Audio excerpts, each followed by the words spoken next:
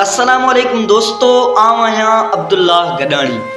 दोस्तों, गड़ी हसन ठुल शहर में अफ़सोसनाक वाक़ियो पेश आयो जो खोसा बिरादरी ऐं हिकु ॿी क़ौम जो पाण में झगड़ो थी पियो।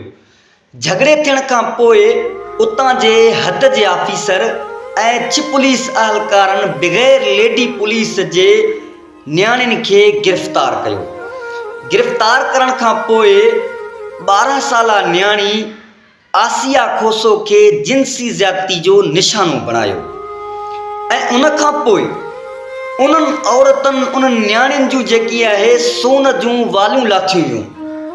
सो ॿुॾी मरण जो मक़ाम आहे इन्हनि बेग़ैरत जेको आहे पुलिस अहलकारनि जे लाइ इन बगड़ SHO ठुल मक़सूद संजराणी जे लाइ जंहिं हिकु नियाणीअ जी इज़त लुटी।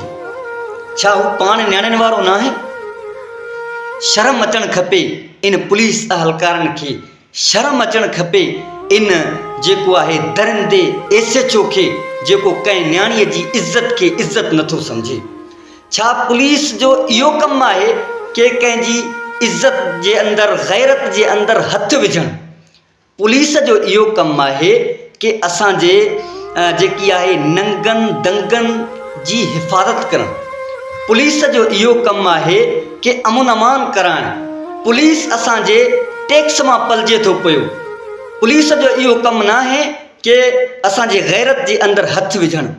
सो ॿुॾी मरण जो मक़ाम आहे इन्हनि खोसा बिरादरी जे सरदारनि जे लाइ जेके इलेक्शन जे वक़्तु अवाम सां गॾु हूंदा आहिनि। बाक़ी इन मसइले जे अंदरि छाजे करे ख़ामोश आहिनि? छा हू पाण नियाणियुनि वारा न आहिनि? सो खोसा बिरादरी जे सरदारनि खे खपे त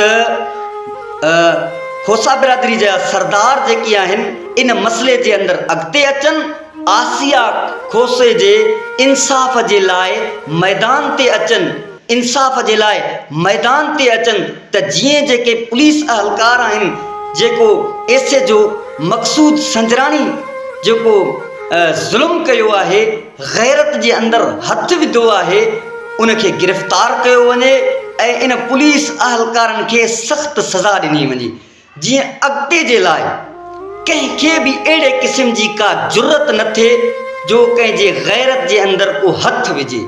सो सोशल मीडिया ते तमामु जेके बि दोस्त आहिनि उन्हनि खे अपील थी कजे त इन मसइले खे हद खां वधीक जेकी आहे उहा वायरल कयो ऐं ट्रेंड ते अचो इन मसइले जे लाइ त जीअं आसिया खोसे सां इंसाफ़ थी वञे।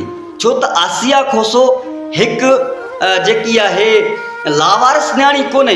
असांजूं जेके बि सिंधी जेकी नियाणियूं आहिनि, असांजूं पंहिंजूं नियाणियूं आहिनि, असां उन्हनि जे लाइ मैदान ते अचूं त जीअं असां उन्हनि खे इंसाफ़ ॾियारे सघूं। आसिया नियाणी असांजी नियाणी आहे। आसिया नियाणी जेकी आहे क़ौम जी नियाणी आहे। इन जे लाइ जेकी आहे आवाज़ उथायो जीअं इन्हनि पुलिस अहलकारनि SHO मक़सूद संजराणी खे गिरफ़्तार कयो वञे। अस्सलामु अलैकुम।